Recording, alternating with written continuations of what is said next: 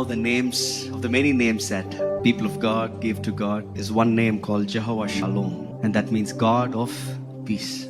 And I love that man who gave that name to God, and his name is Gideon. One of the things that I understand from the life of Gideon, when he gave the name called Jehovah Shalom, this is what I understand. Before we can understand the paths of God, God gives the peace of God. You know, the first thing that he understood about God, before he could understand God as the Lord of hosts, before he could understand God who does miracles, the first thing that he understood about God was he's a God of peace. And that's why before anything could start in his life, before the war, before the miracle, he named God that you are a God of peace. And that's why once he received that peace, he could blindly believe God in everything that he said. Now just imagine, he brings about 32,000 people to war, and God says, I'm going to bring that 32,000 to 10,000. If only he hadn't got that peace of God that passeth all understanding, he would have said, God, are you crazy? But he could just blindly believe God's paths, because before the path of God, he had the peace of God. But whether I like it or not, whether I understand it or not, there's a peace of God that rules my heart, that I'm able to see beyond my circumstance, beyond my situation, because the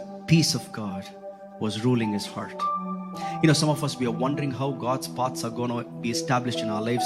I'm telling you, before God could show his path, he shows his peace. And that's the first thing that we need to ask God, Lord, give me your peace.